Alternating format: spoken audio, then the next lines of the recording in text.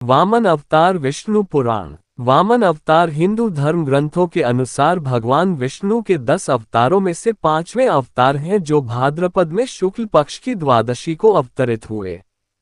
आचार्य शुक्र ने अपनी संजीवनी विद्या से बलि तथा दूसरे असुरों को भी जीवित एवं स्वस्थ कर दिया था।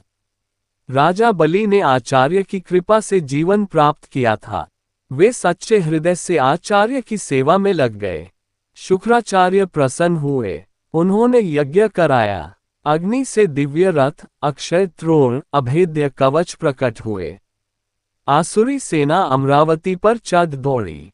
इंद्र ने देखते ही समझ लिया कि इस बार देवता इस सेना का सामना नहीं कर सकेंगे। बलि ब्रह्मतेज से पोषित थे। देवगुरु के आदेश से देवता स्वर्ग छोड़कर भाग गए। अमर धाम असुर राजधानी बना।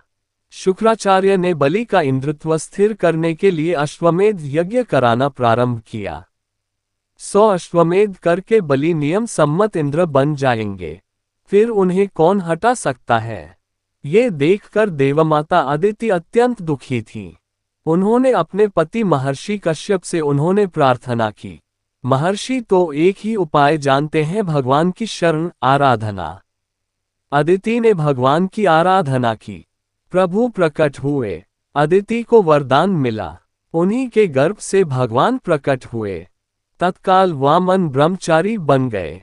महर्षि कश्यप ने ऋषियों के साथ उनका उपनयन संस्कार संपन्न किया। भगवान वामन पिता से आज्ञा लेकर बलि के यहाँ चले।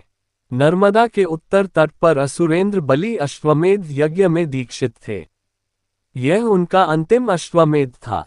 छत्र, पलाश, दंड तथा कमंडलू लिए जटाधारी अग्नि के समान तेजस्वी वामन ब्रह्मचारी वहां पधारे।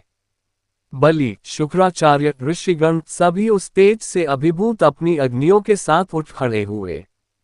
बलि ने उनके चरण धोए, पूजन किया और प्रार्थना की कि जो भी इच्छा हो वे मांग लें। मुझे अपने पैरों से 3 पद भूमि चाहिए। बलि के कुल की शूरता, उदारता आदि की प्रशंसा करके वामन ने मांगा। बलि ने बहुत आग्रह किया कि और कुछ मांगा जाए, पर वामन ने जो मांगना था वही मांगा था। 1 पद में पृथ्वी, 1 में स्वर्गादि लोक तथा शरीर से समस्त नभ व्याप्त कर लिया उन्होंने। उनका वाम पद ब्रह्मलोक से ऊपर तक गया। उसके अंगुष्ठ नख से ब्रह्मांड का आवरण तनिक टूट गया। ब्रह्मद्रव वहां से ब्रह्मांड में प्रविष्ट हुआ। ब्रह्मा जी ने भगवान का चरण धोया और चरणोदक के साथ उस ब्रह्मद्रव को अपने कमंडलू में ले लिया। वही ब्रह्मद्रव गंगा जी बना।